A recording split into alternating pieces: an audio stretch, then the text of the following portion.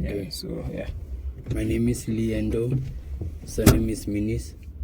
Leendo? Yeah, Leendo Minis. Leendo Minis, okay. Yeah, I'm originally from Roodepoort. Okay. Yeah, my story starts off like, for me, I grew up without a father figure. You understand? Sure. So I basically wanted to look for the father figure that I was missing in my life. I looked for it in the streets. And that's how I got involved in looking up to drug dealers and people who are using drugs. Before you went to the streets and looking for a father figure, at home, who was at home? At home was my mom. Okay, my mom tried her very best to raise me. So it was your mom and? My mom and my sister only. Okay. Yeah, my mom was very supportive in my growing up, but I still had that void that I wanted to fill. Mm-hmm. And I found that in the streets, and that is how that became a part of my lifestyle. What did you want from that father figure?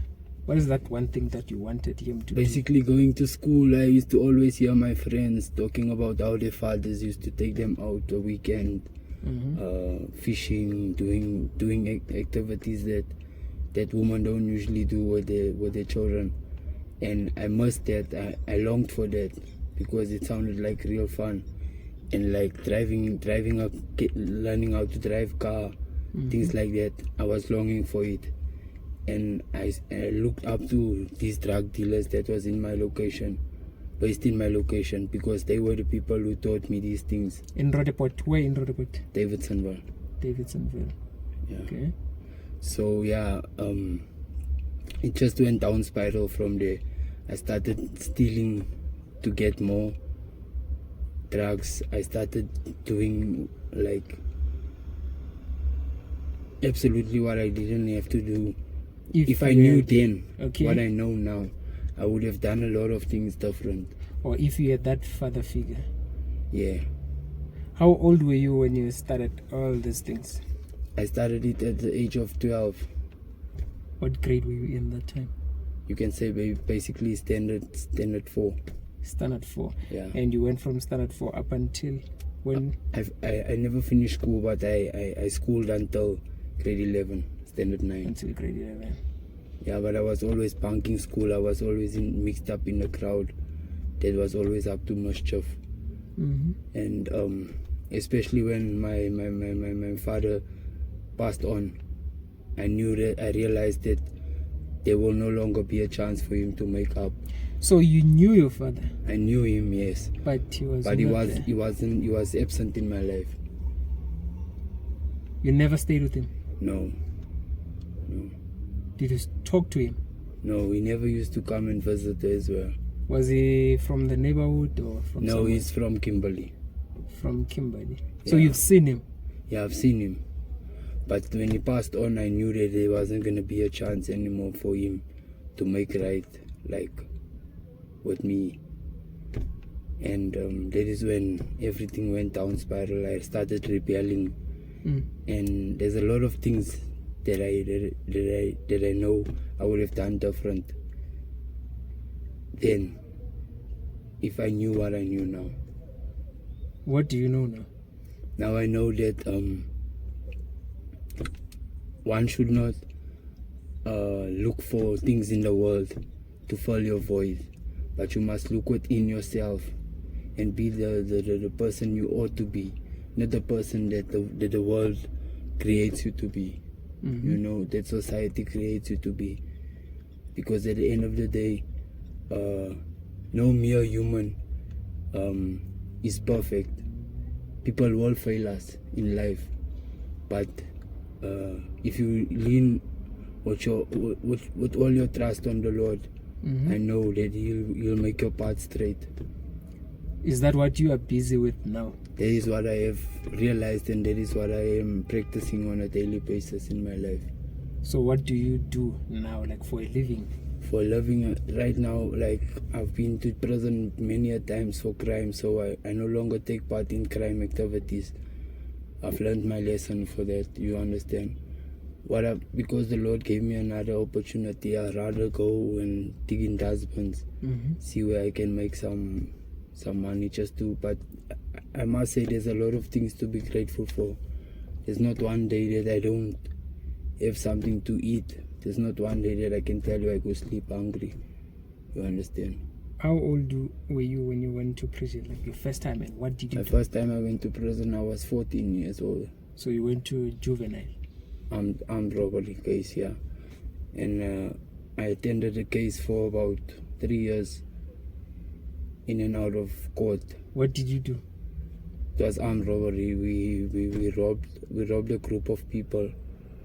It was on the way to a house party.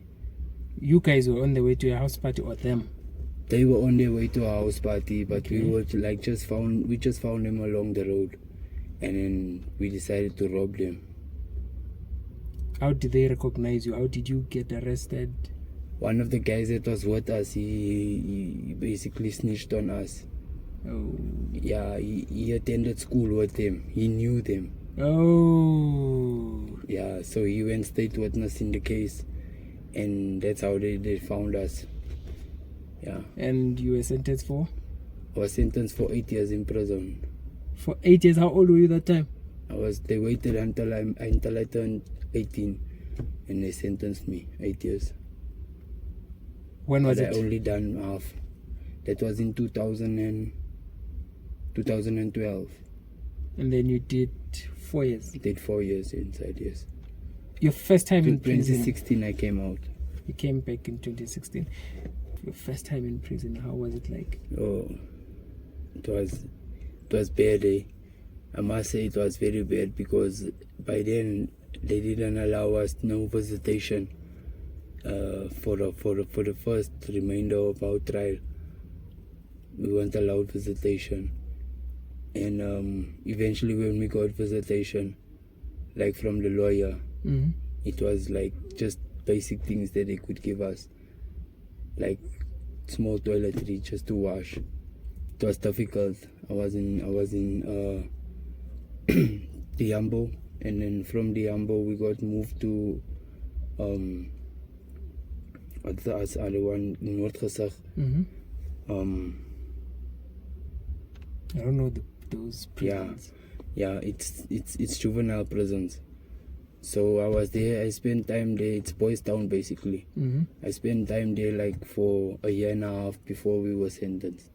So in juvenile prison, is it the same as the prison for adults in terms of treatment? Because No. I've heard a lot of The one stories. for adults is much better. You understand? But now that is where the difference come in. You had to take a number to be okay inside. You understand? You had to take a number. survive, yeah. In juvenile, there's no number. Not really. It's not really as As it's deep not as that one. as deep as in the big prison, yeah. So what kept me basically to survive was me taking a number. If you didn't take that number, what would have happened? So I was gonna love probably like somebody's woman. Yeah. Or I was gonna be somebody's maid by having to clean up after them every day. Can't you? So everyone that is in prison has to join a number or something. Yeah, to basically survive. Do you mind telling us like what number did you take? I'm a 26. 26. What do 26 do? 26 is basically they do whatever they can to like get money. Yeah. Now I'm scared now. But that's for inside prison. It doesn't really count outside. It doesn't really count. How? No, because like most of the people outside don't shy dead. You understand? Like that is why gangsterism is more hectic out here outside than what it is inside. Yeah. Shit. And how's your family? I just saw my mother yesterday. You just By saw the your way, mother. How do you mean you yeah. just saw your mother? Don't She you came stay and with visited me. No, I don't stay with her. She's staying in the Northern Cape now. And where She's do you stay? retired. Me, I stay here on the street in Krugersdorp. I saw you with that guy before I called you. Like you were doing something What? Yeah, it's my drug of choice that I use, you understand? What drug do you use? Crystal. Crystal. Yeah. How do you use it? Because aren't you supposed to sniff it or something? No, I spike it. Some people spike it, some people snuff it, some people smoke it. So you spike it? Yeah, I spike Isn't it. spiking dangerous? Yeah, if you share needles with people, it is dangerous, but it is actually dangerous. So I see you've got a bag there. So in that bag there are needles. My one needle. Oh, I've got only one. Yeah. And I'm gonna throw it away when I'm done with it. Where do you get those needles? There's a group of people, they come and give the needles every month on a monthly basis. For what? They give it to us. Who are these New people? needles, so that we don't share needles. Is It's it a government it's officials? government officials, yeah. No ways. I swear. They give you like 40 something spikes. Government officials. Government officials, yeah. Aren't they supposed to organize something for you guys to go to rehab or something? There is programs that they have available, but they're keeping the count of people getting AIDS and HIV low by giving us the needles because To of share- sharing, because of people who share needles. So they more consider more the They only care about HIV, not... yeah, Fuck. not our lives that we're ruining. Yeah, sad but true. Which department is this? Is it Department of Health? Yeah. They do it in a lot of areas. It's not only in Krugersdorp. In a lot of areas where people are spiking, they bug at them the needles.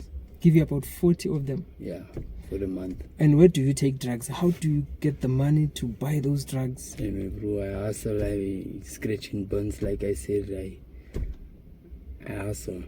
I go from door to door, ask people for donations. And how do you buy drugs? In the area. In the area. And how much is a bag? Is it a bag or something? A bag of crystal is 50 rand. Shit. Yeah, but I only like use one bag a day. And what do you eat? What do you eat? Like there's shelters here that give us food sometimes, and if they don't give us food, we like just buy bread and milk. Where do you sleep, bruh? I sleep up here. I can show you where I sleep. Is it a house or No, what? it's on the pavement. On the pavement. pavement, yeah. You know now it's almost winter and it's cold. Yeah. Like I said, I've been 11 years on the street. Do you have a girlfriend? Yeah. Where does she stay? She stays with me on the pavement. What? I'm trying to get off the street. I am trying my best. What are you trying? What are you doing to I'm looking get for off the work. streets? I'm looking for work, bro. I'm looking for work. So if you were to get the job, make that money, won't you feel like you've got enough to buy drugs?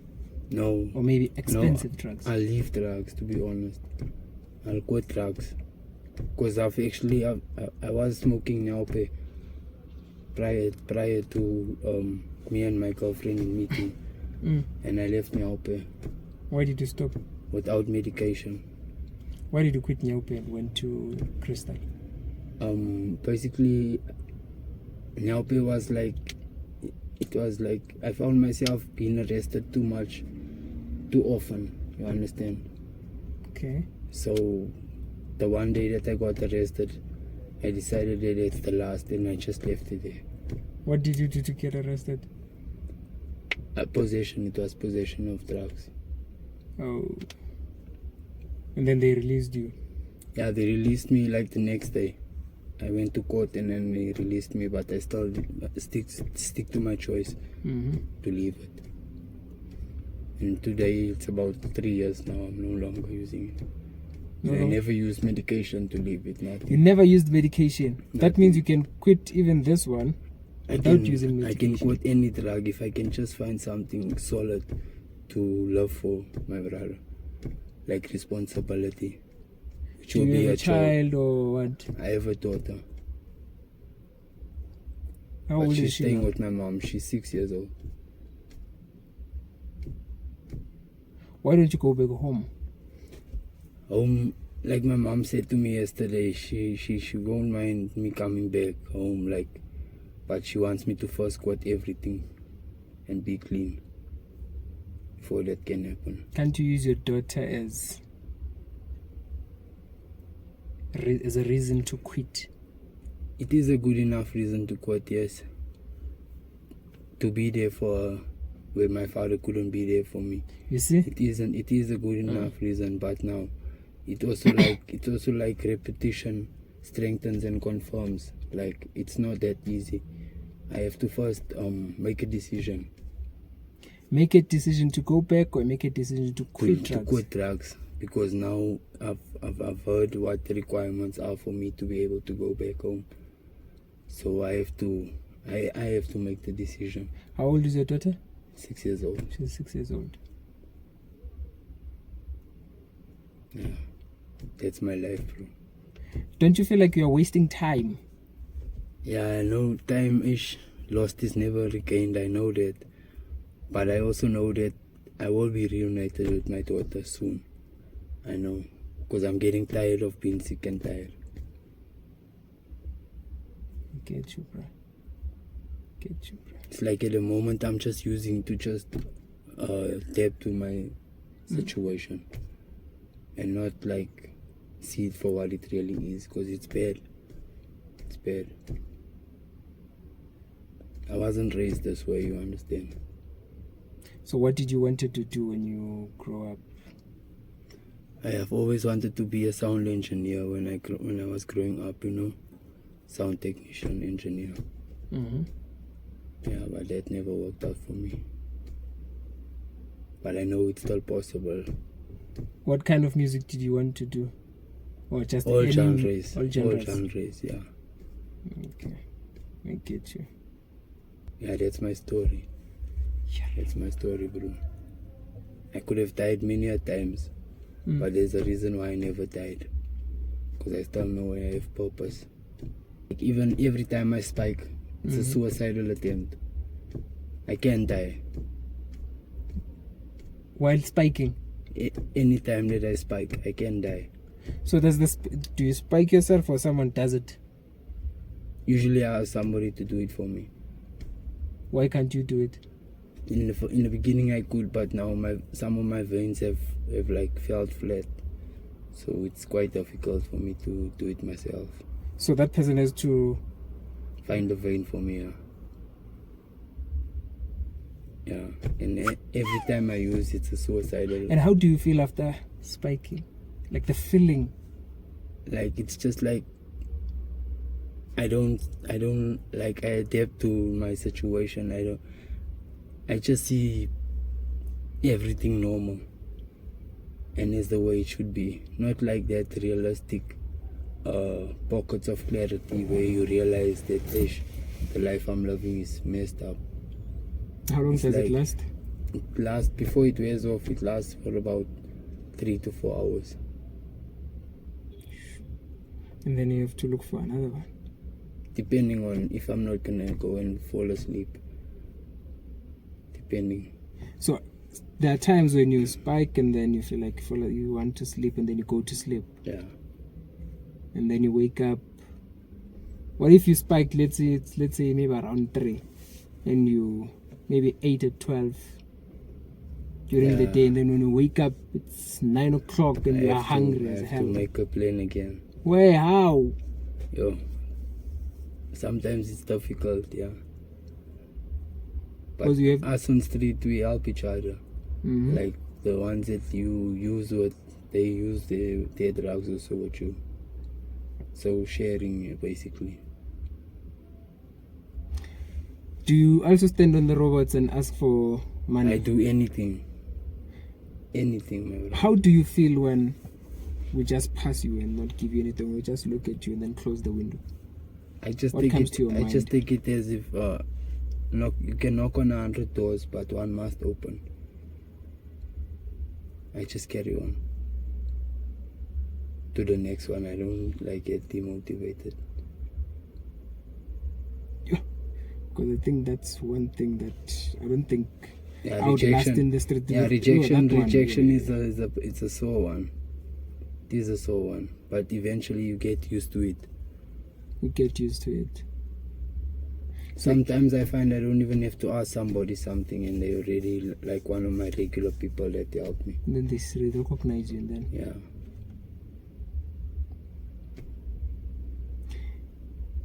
can you say something to your? How old are you now? Now I'm 32 now. 32. To your 42, a 42-year-old you. Let's say you were to watch yourself in 10 years to come. What would you say to you? In 10 years to come. Yeah. Let's say it's you. Yeah. You are watching this video Yeah. that you did today, Yeah. and now you are talking to yourself after 10 years. Being clean or Whether clean or not, just about life and about anything, what would you say to yourself? I'd say that I have to really get your wake up and realize there's much more to life than what I'm loving at the moment. Do you think in 10 years' time you'd be like this? No, I don't think so. I don't think so. 10 years is too long. 10 years is too long. And what would you like to say to your daughter if she says this? That I love her very much, and that I'm gonna make sure to make right with her as soon as I make that decision to stop the drugs, because that's all that's keeping me away from her at the moment. You know time waits for no man, right? I know that. Time waits for no man. Gotta do the right thing, bro. Your daughter is waiting for you. Ish. You never had It's true. that father figure. You longed for it, and you never had it until that guy left. You don't want your daughter to find herself in the shoes that you are in now. Ish. Ah, that's true. Yeah. Huh? It was nice meeting you. Show me, okay.